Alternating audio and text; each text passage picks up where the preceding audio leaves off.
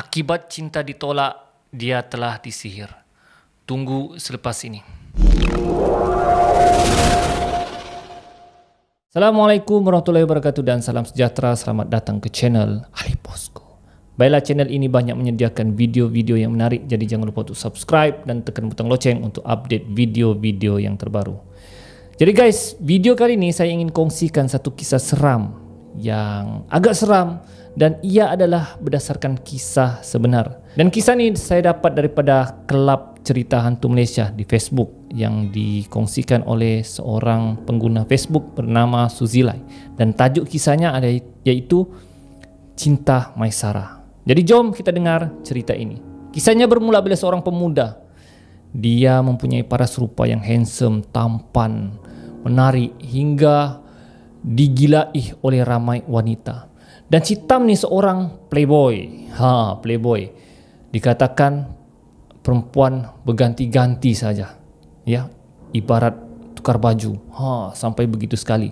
Jadi si Tam ni walaupun dia belajar di universiti, dia kerja part time di hotel dan dia menyewa di luar universiti. Dijadikan cerita, dia sering dibawa oleh rakannya untuk makan di satu warung. Warung tu warung janda.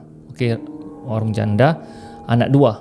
Dan di warung tersebut ada satu makanan nasi lemak yang sedap lah. Dan si Tam ni sangat suka nasi lemak tersebut. Dan dia katakan nasi lemak tersebut seperti nasi lemak mak dia semasa dia kecil dahulu. Jadi akibat si Tam ni suka makan di warung tu, ya, jadi dia rapatlah dengan pemilik gerai itulah, Kak Maisara tu. Jadi Kak Maisara tu selalu puji dia lah, handsome, tampan. Jadi si Tam ni selalulah bawa awek-awek dia lah untuk makan di gerai tu sebab murah. Dan si Tam ni pun simple lah, kalau awek dia tidak suka makan di gerai tu, putus, ada awek yang lain, ya. Itulah memang kehidupan seorang playboy. Jadi oleh kerana si Tam ni hari-hari makan, jadi dia rapatlah dengan Kak Mai ni. Dia anggap Kak Mai ni ibarat kakak dia lah, ya, sebab Kak Mai ni 10 tahun tua daripada si Tam ni. Tapi sampai satu masa si Tam ni dia rasa pelik lah perangai Kak Mai ni. Dia macam rapat, ya. Dia macam cuba menggoda lah si Tam ni, ya. Dia macam suara manja, pegang bahu si Tam. Jadi si Tam ni macam tak rasa selesa lah dengan perangai Kak Mai ni, ya. Walaupun hari-hari disediakan makanan, ya, belum lagi sampai si makanan sudah disediakan oleh Kak Mai. Tak payah dia minta, dia tahu sudah apa si Tam maukan. Sampai begitu sekali. Jadi akibat dia tidak selesa sudah dengan perangai Kak Mai ni, jadi dia macam menjarakkan dirilah, ya. Kalau dia mau makan pun dia tidak bersendirian, sudah dia bawa rakan-rakan dia. Jadi Kak Maisara ni dia terasa lah yang si Tam ni cuba tolak, macam dia tidak mau layan, ya, dengan Kak Mai ni. Sehingga kan satu hari tiba-tiba dia dapat panggilan daripada Kak Mai itulah. Jadi dia pelik lah, kenapa Kak Mai ni tiba-tiba call kan. Jadi dia sambut lah. Dan bila dia sambut, dia terdengar satu macam bunyi angin. Dan ada satu bacaan menggeleper. Begitulah, ya. Jadi si Tam ni heran lah, Kak Mai, apa masalah Kak Mai? Apa menggeleper ni? Tiba-tiba panggilan diputuskan. Jadi dia pelik, apa hal ni? Jadi dia anggap mungkin anak Kak Mai itulah yang mainkan telefon. Pada keesokan paginya, tiba-tiba si Tam ni rasa macam yang tekak dia ingin makan nasi lemak di gerai Kak Mai tu. Tiba-tiba dia rasa, kenapa? Macam teringin sangat. Jadi hari itu dia sanggup ponteng kuliah dia untuk pergi makan di gerai Kak Mai itu. Selepas saja mandi, terus dia pergi gerai Kak Mai itu untuk makan nasi lemak. Belum sempat pun sampai di gerai Kak Mai itu, Kak Mai itu sudah tunggu dia di gerai dengan senyum dan sudah sediakan makanan yang dimahukan oleh si Tam. Ya. Jadi semenjak hari itu si Tam tiba-tiba rasa macam jatuh cinta dengan Kak Mai itu. Dia rapat seperti seorang kekasih. Dia rapat diibaratkan belangkas yang tidak boleh dipisahkan, dan sukar untuk si Tam untuk berpisah dengan Kak Mai itu. Dan perangai playboy si Tam tu pun hilang sama sekali. Pikirannya hanya kepada Kak Maisarah tersebut, hingga ia mengganggu pengajian si Tam ni. Ya, sampai satu masa Kak Mai suruh si Tam ni keluar dari rumah sewanya dan tinggal satu rumah dengan Kak Mai. Jadi si Tam ni tidak menolak, dia pun ikut saja apa yang dicakap oleh Kak Mai ni, dan mereka tinggal diibaratkan seperti suami isteri. Jadi selepas saja pulang kuliah, si Tam akan pulang ke rumah Kak Mai. Dia tidak kemana-mana lagi. Dia punya perangai playboy sudah hilang.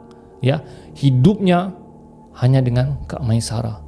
Ya, dia tidak boleh berpisah walaupun sekejap dengan Kak Maisarah. Jadi rakan-rakannya perasan akan kelainan si Tam ni, sebab tugasan-tugasan yang diberikan oleh pensyarahnya semua tidak siap dan banyak terganggulah. Ya, jadi rakan-rakannya heran, kenapa si Tam ni macam agak pelik kan?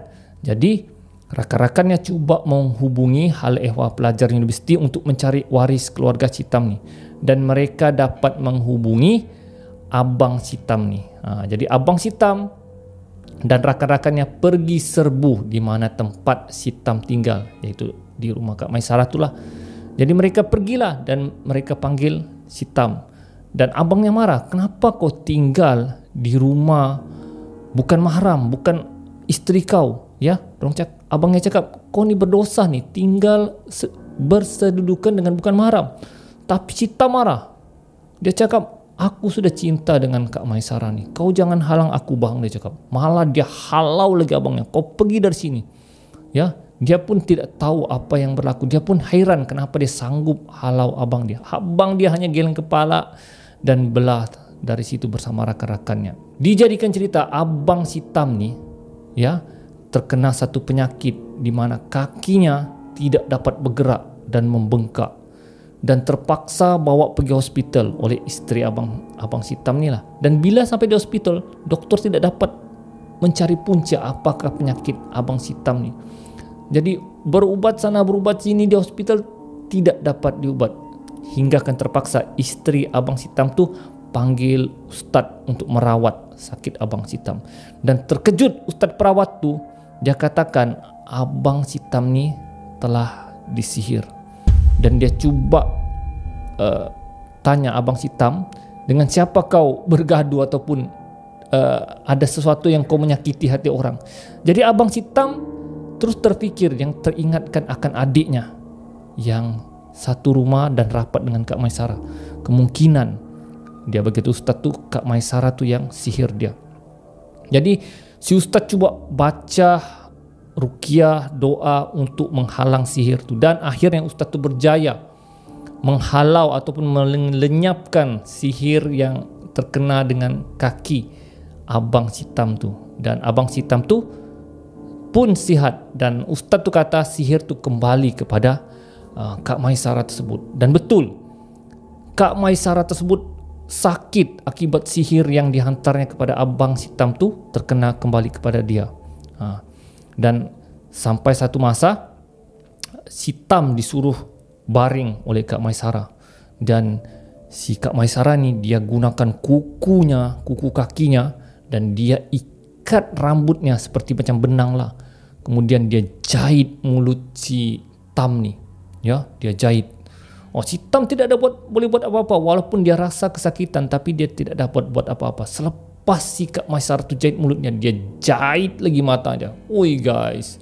Dan belum sempat sebelah mata dia dijahit, ustaz dan abang si Maisarah tu dan kawan-kawannya pergi terjah rumah di Kak Maisarah tu, dan mereka terkejut dengan apa yang terjadi dengan si Tam. Si Tam tidak dapat bergerak apa-apa. Ustaz tu apalagi, dia terus baca ruqyah dan doa untuk lawan balik sihir Kak Maisarah tersebut. Kak Maisarah tersebut seperti terbakar apabila ustaz tu baca doa. Dia cakap, cukup, jangan bunuh aku. Aku mengandungkan anak lelaki ini. Abang si Tam tidak peduli. Dia pergi tarik si Tam, bawa lari dari rumah tersebut. Si Kak Maisarah ni merayu agar tidak bawa lari si Tam tu, dan dia cakap dia mengandungkan anak si Tam tersebut. Abang si Tam cakap, kalau betul ini anakmu, kita akan buat ujian DNA selepas lahir. Kak Maisarah tidak dapat buat apa-apa karena dibacakan ruqyah oleh ustaz tersebut. Jadi si Tam pun dibawa pulang ke rumah oleh abangnya dan dirawat oleh ustaz tersebut. Dan si Tam seperti orang dungu, tidak boleh buat apa-apa dan terpaksa dirawat perlahan-lahan. Dan kesihatan si Tam terjejas sehingga kan dia terpaksa menangguh pengajiannya di universiti. Jadi lama kelamaan si Tam ni beransur pulih dan pulih semula, dan dia masih lagi merawat dengan ustaz tersebut, dan sihir tu beransur pulih dan dia kembali ingat apa yang dia hadapi. Ya, dia ingat apa sihir yang telah dihantar dengan dia, dan dia risau apa yang berlaku dengan Kak Maisarah, dan dia cuba beritahu rakan-rakannya, cuba tengokkan dengan apa sudah jadi dengan Kak Maisarah tersebut. Dan dia dapat kabar Kak Maisarah tersebut dengan anak dia telah lari dari tempat tersebut, dan dia tidak dapat kabar apa yang telah berlaku dengan Kak Maisarah dengan anaknya. Dan sampai hari ini si Tam masih dapat kesan akibat sihir tersebut, dan hidupnya sudah tidak normal seperti biasa, dan sering rasa sakit, sering rasa macam ketakutan. Dan dia sambung belajar dan habiskan pengajian dia. Jadi guys, itulah dia kisah seram kita hari ini. Jadi ada banyak pengajaran daripada kisah seram ini. Ya, akibat kau seorang playboy, akhirnya kau disihir. Dan sihir ni bahaya, boleh memudaratkan seseorang. Banyaklah pengajaran dari kisah ini. Jadi kita ambil iktibar daripada kisah ini. Jadi setakat itu saja kisah seram saya. Kita akan berjumpa lagi di video akan datang. Ali Bosku, Assalamualaikum.